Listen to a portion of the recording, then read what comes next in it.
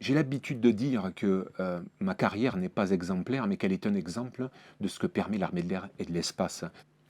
On parle en fait de cet escalier social. J'en suis un exemple pur. Je rentre en fait dans l'armée de l'air à l'âge de 16 ans, en 1987, et à l'époque, je ne suis pas particulièrement passionné par l'aéronautique et l'aéronautique militaire. Et je voulais en fait exercer un métier technique et je savais qu'une école, l'école d'enseignement technique de l'armée de l'air de Saintes, pouvait m'apporter cette formation-là. Et c'est lorsque j'ai rejoint cette famille, la famille des aviatrices et des aviateurs, que j'ai rejoint en fait, voilà, une équipe, une formation, une mission qui fédère, où vous trouvez votre place, où on vous fait confiance, où vous avez une certaine, je dirais, satisfaction de ce que vous réalisez au quotidien et que vous sentez que vous contribuez à la mission. C'est la mission qui fédère et c'est la mission, nous en discutions précédemment, qui donne du sens à ce que vous faites. Et lorsque vous avez justement en fait ce sens qui vous anime, vous êtes invincible. Travailleuses, travailleurs. 1 million d'emplois verts dans ce pays. Le télétravail sera à nouveau généralisé. Quoi qu'il en coûte. Qui décrochera le job? Patati et patata. Bonjour à toutes et à tous et bienvenue dans l'émission Patati et Patata, l'émission qui va chercher l'information RH auprès des experts qui vivent les ressources humaines au quotidien. Parce que pourquoi on entend beaucoup de choses, on entend et on lit beaucoup de choses de la part d'un grand nombre de personnes et surtout sur les réseaux, des best practices, des best tendances et patati et patata. Donc pour remettre de l'ordre dans tout cela, on a demandé aujourd'hui un expert de taille du jour, et non pas par sa taille car il est très grand, et va nous le démontrer aussi par son expérience, c'est le colonel Thierry Fluxa, je l'ai bien dit? Tout à fait. Très bien. Qui est chef de bureau, recrutement de la direction des ressources humaines à l'armée de l'air et de l'espace. Bonjour, colonel. Bonjour Thibault, bonjour Jérémy et merci beaucoup pour votre accueil. Bonjour colonel. Alors pour rentrer dans le vif du sujet qui nous intéresse, l'attractivité des candidats. Finalement, une offre d'emploi de l'armée, on l'a vu même avec la marine ou d'autres armées, ce n'est pas la même offre d'emploi qu'une entreprise traditionnelle. Comment fait-on pour attirer les candidats tout en étant transparent sur finalement le message que vous délivrez derrière? Vous avez souligné la singularité des métiers, tout simplement, en fait, que l'on propose. Une cinquantaine de métiers dans différentes catégories d'emploi, militaires du rang, officiers, sous-officiers. Et ce qui est important, c'est la finalité de ces métiers. On parle en fait d'une cause en fait qui est bien au-delà en fait d'un très grand nombre. C'est tout simplement la contribution à la sécurité des Français. Et donc ça amène une vision très long terme, très. Alors, il y a eu une grosse évolution en fait à ce niveau-là, puisque précédemment, lorsque je me suis engagé dans l'armée de l'air il y a 35 ans, forcément, la seule vision que nous avions, c'était un engagement en fait très long terme et, comme on disait, de faire carrière. Aujourd'hui, que ce soit en fait celles et ceux qui nous rejoignent ou que ce soit l'armée de l'air et de l'espace, on a accepté le principe que celles et ceux qui nous rejoignent pouvaient très bien nous quitter pour une autre expérience. Et c'est nouveau ça. C'est aussi cela en fait, savoir s'adapter pour pouvoir encore une fois donner le meilleur à celles et ceux qui nous rejoignent, faire en sorte qu'ils s'épanouissent et que l'armée de l'air et de l'espace également puisse conserver des talents un certain temps et puis après qu'il y ait un circuit qui puisse se faire avec le monde civil. Donc c'est une réalité. Vous rejoignez quelque part l'entreprise classique, j'ai envie de dire, l'entreprise privée, de devoir retenir ses talents.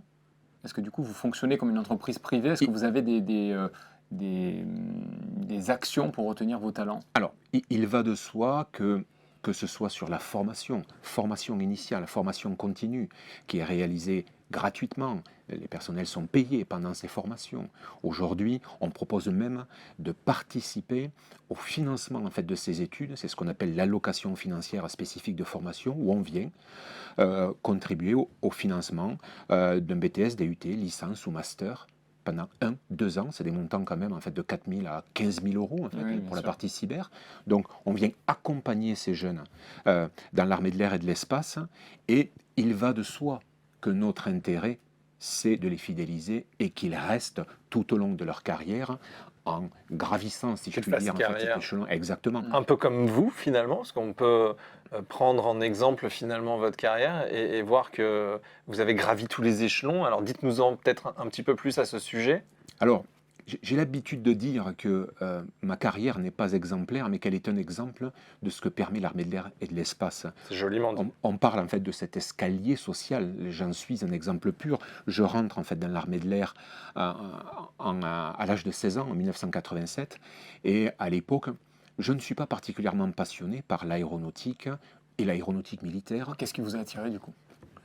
La technicité. Je voulais en fait exercer un métier technique et je savais qu'une école, l'école d'enseignement technique de l'armée de l'air de Saintes, pouvait m'apporter cette formation-là. Et c'est lorsque j'ai rejoint cette famille, la famille des aviatrices et des aviateurs, que j'ai rejoint en fait, voilà, une équipe, une formation, une mission qui fédère, où vous trouvez votre place, où on vous fait confiance, où vous avez une certaine, je dirais, satisfaction de ce que vous réalisez au quotidien et que vous sentez que vous contribuez à la mission. C'est la mission qui fédère et c'est la mission, nous en discutions précédemment, qui donne du sens à ce que vous faites. Et lorsque vous avez justement en fait ce sens qui vous anime, vous êtes invincible.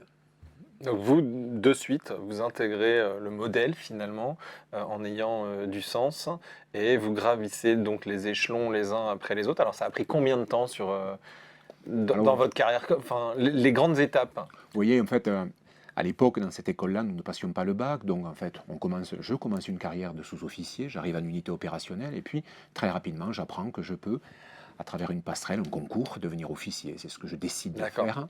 Et donc, je passe mon bac en candidat libre. De là, en fait, je passe le concours pour devenir officier. Donc là, la notion d'escalier social, donc d'investissement Et personnel. on vous accompagne prend sur tout ça son sens. À chaque fois. On Tout vous à fait. propose ces formations, ces Tout à fait. passerelles, etc. Et c'est pas Avec de l'investissement personnel, j'insiste. Évidemment, Voilà. évidemment. Oui, oui. Et donc par la suite, c'est une carrière d'officier, et puis c'est l'école de guerre, et puis les hautes autorités de l'armée de l'air vont me faire confiance en me confiant le commandement d'une base aérienne, qui plus est la base aérienne sur laquelle je suis rentré en fait il y a 35 ans. Très jeune. Exactement. Et aujourd'hui, de me retrouver, encore une fois, parce qu'on m'a fait confiance, mes chefs m'ont fait confiance, à la tête du recrutement de l'armée de l'air et de l'espace. Donc c'est un parcours que d'autres officiers, sous-officiers et militaires du rang peuvent tout à fait exercer, réaliser. Voilà, il y a de l'investissement, mais l'armée de l'air et de l'espace est là pour les accompagner. Alors on parlait il y a quelque temps, et vous l'avez confirmé, de carrière lorsqu'on faisait la publicité en tout cas de l'armée de l'air et de l'espace. Aujourd'hui, vu que les attentes des candidats ont quand même un peu changé, effectivement vous le disiez, parfois viennent picorer quelques informations, expériences dans des entreprises, donc comme la vôtre finalement. Est-ce que vous proposez aussi certaines expertises? Est-ce que vous argumentez sur la technicité des métiers, l'apprentissage, et pas nécessairement sur la carrière que l'on peut y faire? Alors, tout à fait. Les deux aspects sont présentés. Vous parliez tout à l'heure de transparence, je vous parlerai également en fait d'objectivité et d'exhaustivité. C'est la difficulté lorsqu'on s'adresse en fait à des jeunes et qu'on a cette volonté de les conseiller au mieux. C'est bien entendu en fait de leur parler de l'ensemble des métiers, des bons côtés et des moins bons. Encore une fois, parce que devenir et embrasser le métier des armes nous donne des droits, mais également des devoirs.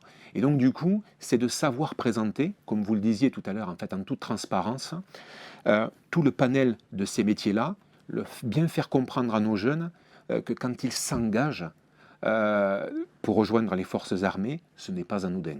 Voilà, donc, Ce n'est pas un vain mot finalement. Le mot engagement prend tout son sens. exactement, exactement. Donc, nous devons les accompagner. C'est ce que nous faisons avec plus de 350 conseillers en recrutement qui les reçoivent, qui échangent, je dirais, en présentiel. C'est intéressant. Ça veut dire que principalement, la première notion que vous allez vérifier quelque part chez un candidat, c'est plutôt sa capacité d'engagement. Alors, c'est un ensemble. Il va de soi que pour pouvoir exercer le métier de militaire, il faut une attitude médicale qui soit conforme. Et je ne parle pas des domaines et des spécialités très spécifiques que sont les fusiliers commandos, que sont les pilotes, par exemple, pour l'armée de l'air et de l'espace, les contrôleurs aériens, où là, nous recherchons bien entendu des compétences bien particulières. Là, encore une fois, nous le referons en fait tout ce panel et nous essayons, encore une fois, avec ces conseillers en recrutement, avec la formation qui est assurée, d'adapter cette formation au mieux pour qu'ils puissent en fait s'épanouir lorsqu'ils réalisent en fait leur métier. Ouais, parce qu'on parle beaucoup de quête de sens dans toutes les entreprises, communément, hein. Vous, finalement, on le disait en antenne tout à l'heure, le sens, c'est le métier. Tout le métier, c'est servir la France, défendre la France, etc. Qu'est-ce qu'on peut dire? J'ai une question sous les yeux. C'est quoi l'image employeur, finalement, de l'armée de l'air et de l'espace? Je dirais que c'est tout d'abord une armée jeune, 35 ans de moyenne d'âge, une armée où hommes et femmes ont, je dirais, les mêmes évolutions à tous les stades en fait, de la hiérarchie. C'est important de le préciser d'ailleurs, hein, parce que 24% des femmes au sein de l'effectif fait de l'armée de l'air et de l'espace le corps militaire le plus féminisé. Hein, c'est bon de le rappeler. Et puis ce sont 4 valeurs qui sont mises en exergue au quotidien.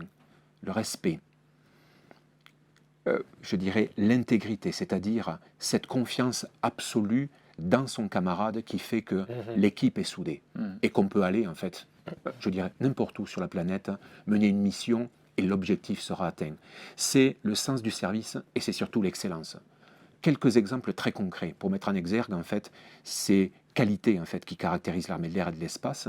À l'heure où je vous parle, on est capable en fait de faire décoller en 7 minutes une patrouille opérationnelle de Rafale pour venir tout simplement porter aide, par exemple, un aéronef qui serait en perdition dans notre espace aérien, ou au contraire de venir arraisonner un aéronef dans le même espace qui présenterait un comportement douteux. C'est toute une équipe, je parle de 50 métiers, c'est toute une équipe qui, par exemple, participe à la constitution en fait, d'un raid aérien, 3 Rafales qui partent à 16 000 km en moins de 40 heures. Ça, c'est une démonstration en fait, pour l'armée de l'air et de l'espace, et c'est un outil politique formidable de pouvoir dire on est capable de projeter ce qu'on appelle une puissance, je dirais, aux antipodes. Et tous y contribuent. Bien sûr, les pilotes dans les aéronefs, mais toutes celles et ceux qui gravitent autour de la mission. Et je peux vous assurer que quand le pilote se pose, ce sont les mécanos, les techniciens, quels qu'ils soient, je dirais qu'ils sont ravis que la mission ait été réalisée. Qu'est-ce qu'elle dit, la marque employeur, déjà? Il y a une image qui dit qu'il faut toute une armée pour faire voler, c'est ça? Il faut en fait, exactement, je l'ai plus. Toute une armée en fait, pour faire voler nos avions. Voilà, c'est ça. Exactement. Donc la plus grande force, c'est finalement la mission. On l'entend hein, dans vos mots, c'est finalement tout l'engagement, la mission qu'il peut y avoir derrière, ce qui manque cruellement dans plein d'entreprises, on va dire, du privé. Finalement, donc c'est votre force, donc c'est votre ligne directrice. Rien ne peut jamais ébranler l'armée de l'air et de l'espace, finalement, dans vos recrutements. Vous n'avez peut-être même pas besoin de faire de plan marketing. Alors, si. Bien entendu. Donc vous avez des pénuries sur quel métier? Alors, premièrement, je vais vous dire hein, que pour ce qui concerne cet intérêt pour la mission et le fait qu'il faut absolument qu'elle soit réalisée, on a en fait une expression, c'est l'échec n'est pas une option. Ça déjà, ça cadre, si je puis dire, les conditions dans lesquelles nous devons tous et toutes réaliser cette mission. Ça, c'est la première des choses. Pour ce qui concerne la question du marketing, la jeunesse a énormément évolué. On le voit déjà sur le comportement des jeunes de 2020 à 2021, certes en période Covid. Leur comportement a encore changé depuis janvier 2022. Donc, vous avez vu une différence là sur ces... C'est colossal. Sur ces 2 dernières années principalement? Mais même entre janvier 2022 et 2021 et 2020. Alors, qu'est-ce que le vous avez vu comportement comme des jeunes... Gros changement, gros comportement, parce que vous dites effectivement s'adapter, c'est dominer. Donc finalement, comment vous vous adaptez? Comment vous avez analysé ces changements? Alors, premièrement, on constate que depuis janvier 2022, les jeunes hésitent à s'engager professionnellement. Ne serait-ce que professionnellement. Toute carrière. Civil, en fait, au militaire. Okay. Ça veut donc dire que, là encore, la clé de la réussite, pour ce qui concerne le recrutement, c'est l'adaptation. À l'instar, en fait, de la clé des réussites, en fait, dans toutes les missions. C'est ce qui caractérise, en fait, les aviatrices et les aviateurs. C'est cette capacité d'adaptation. Le marketing fait partie, justement, de l'ensemble de ces techniques, de ces outils que l'on utilise pour pouvoir mieux communiquer, expliquer, vulgariser également. Et vous avez vu, Démocratisé d'une certaine manière. vous avez vu en fait le changement majeur qu'il y a eu au sein des forces armées sur la communication qui est réalisée. Bien sûr. Dernièrement, je recevais ma responsable de communication digitale qui m'expliquait qu'il était fondamental d'être présent sur les réseaux sociaux et en particulier sur TikTok. Et quand vous avez une responsable en fait qui vous accompagne et qui vous conseille sur ces supports et ces vecteurs particuliers, vous devez lui faire confiance, mais également c'est aussi identifier les atouts que peuvent représenter en fait de tels réseaux, sachant qu'on représente une institution, que les jeunes attendent des messages décalés, et donc qu'il faut jongler entre ces deux attentes, ou plutôt entre l'attente des jeunes et cette contrainte qui fait que lorsqu'on est sur TikTok, c'est la France qui s'exprime. Si je traduis, c'est être formel, rester corporate en tout cas sur qui vous êtes, Oui. en s'adaptant à ce qu'attendent aussi les jeunes, sans tirer de traits trop définis, mais c'est qu'effectivement aujourd'hui ils attendent quelque chose non pas qui les choque, mais qui les surprenne. Et vous devez réussir à surprendre tout en restant dans vos rails, si je puis dire. Tout à fait. C'est adapter leur code, c'est une chose, mais tout en respectant bien sûr, si je puis dire, les couleurs nationales. Oui, bien sûr. C'est ça en fait. Donc bien nous en a pris, puisque nous étions la première armée à être présents sur TikTok, que depuis en fait les autres ont suivi le pas, et que d'autres ministères, parce que le ministère des Armées était présent sur TikTok, nous ont suivis. Je prends l'exemple de TikTok, mais d'autres démarches similaires C'est intéressant. sont, je dirais, appellent à un même constat. Donc, encore une fois, nous nous trouvons systématiquement à cette charnière entre, d'un côté, l'attente des candidates et des candidats, et de l'autre côté, les besoins de l'armée de l'air et de l'espace. Et les deux évoluent en permanence. On en a parlé, les besoins des candidats, les attentes des candidats, et puis également les besoins de l'armée de l'air et de l'espace par rapport aux missions, par rapport à la situation géostratégique. Et donc nous... Alors là aussi, est-ce que c'est quelque chose qui évolue très rapidement actuellement, plus qu'avant Est-ce que votre positionnement interne, j'allais dire, un peu comme dans une entreprise privée, vous êtes obligé de faire évoluer les choses très très vite? Alors, vous avez le sentiment que ça évolue beaucoup plus? Alors aujourd'hui, je dirais... La situation en fait géostratégique n'a pas l'influence directe sur du très court terme en fait concernant ma mission de recrutement. En revanche, parce qu'elle tout simplement, elle est le fruit d'une analyse de directives à la fois politiques, militaires, avant d'arriver bien entendu en fait au recrutement. Même si ça peut aller très très vite, vous vous en doutez. En revanche, nous devons prendre ces éléments dans les éléments de langage, dans l'accompagnement que réalisent les 350 conseillers en recrutement vis-à-vis des jeunes. C'est-à-dire leur parler, oui, vous pouvez très bien être sollicité, partir en opération extérieure, et pas forcément très loin. Je dirais, l'actualité nous le rappelle. Donc, nous devons adapter notre message, et encore une fois, dans la transparence. Est-ce que justement l'Ukraine, lorsqu'on passe par des périodes et des conflits comme cela, est-ce que ça modifie les candidatures chez vous, à la hausse ou à la baisse? Alors, nous n'avons pas constaté, pour ce qui concerne en fait cette crise, d'impact direct en matière de recrutement. Comme vous le dites très justement, à la hausse ou à la baisse. Certainement, compte tenu de la nature en fait du conflit, très certainement. Mais encore une fois, il est très difficile en fait de faire un lien direct. Parce que je crois me rappeler que lors des attentats en France, ça avait vachement bougé. Vachement grossier parce qu'évidemment j'ai pas de chiffres, mais ça avait fait bouger quand même l'engagement des Français ou de certains Français. Alors après, en tout cas. voilà, la fibre patriotique en fait est touchée, et donc là, il convient encore une fois, c'est notre rôle de bien accompagner, je l'ai précisé, et de mesurer aussi, et de faire toucher du doigt les raisons de l'engagement. Est-ce que c'est du spontané? Il faut savoir que cet accompagnement que nous réalisons permet de nourrir un projet. Devenir et embrasser, je dirais, le métier des armes, c'est pas quelque chose qui se fait en fait en un jour. Nous devons en fait accompagner, nourrir, expliquer, et c'est pour cette raison en fait que ça peut prendre plusieurs semaines, plusieurs mois, avant qu'une candidate ou un candidat décide en fait de nous rejoindre. Ouais, comme un sujet qui est bien plus léger, mais le dernier Top Gun, justement, est-ce que pour vous, bon, ça fait un carton au cinéma, est-ce que pour vous ce film a fait ou va faire naître des vocations plus globalement? Est-ce que c'est un bon ambassadeur pour l'armée de l'air et de Est-ce que l'espace? ça a été un bon ambassadeur ça C'est un bon ambassadeur, ça a été, comme vous le confirmez, en fait, ça a été un bon ambassadeur. Recruter 4000 aviatrices et aviateurs tous les ans, bien entendu, on doit s'appuyer, on parlait tout à l'heure du marketing et de toutes les méthodes en fait, que l'on peut utiliser, ça nécessite un investissement. Lorsqu'un film comme Top Gun sort, bien entendu, on s'appuie sur ces événements majeurs. Vous voyez, ça fait un peu plus de 3 mois que le film est sorti et on a toujours ce même engouement pour ce qui nous concerne. Il y a trois aspects que nous regardons. Le premier que je regarde, c'est le nombre d'informations qui ont été consultées. Là, c'est 50% de consultation de notre site deveniraviateur.fr sur tous les métiers, les 50 métiers de l'armée de l'air et de l'espace. 50% également de consultation en plus sur les métiers tout particuliers de pilote et navigateur. Forcément, je dirais, le cœur du film, en fait, Top Gun. Le deuxième aspect que je regarde, c'est le nombre de candidatures. Là, on est plutôt sur du physique. Donc là, c'est 30% sur tous les métiers et c'est 20% de plus sur les métiers de pilote et de navigateur. Et le troisième aspect, ce sont les signatures. Et aujourd'hui, vous voyez, on est à 3 mois du film. Il est trop tôt encore pour pouvoir mesurer l'impact direct sur ces signatures.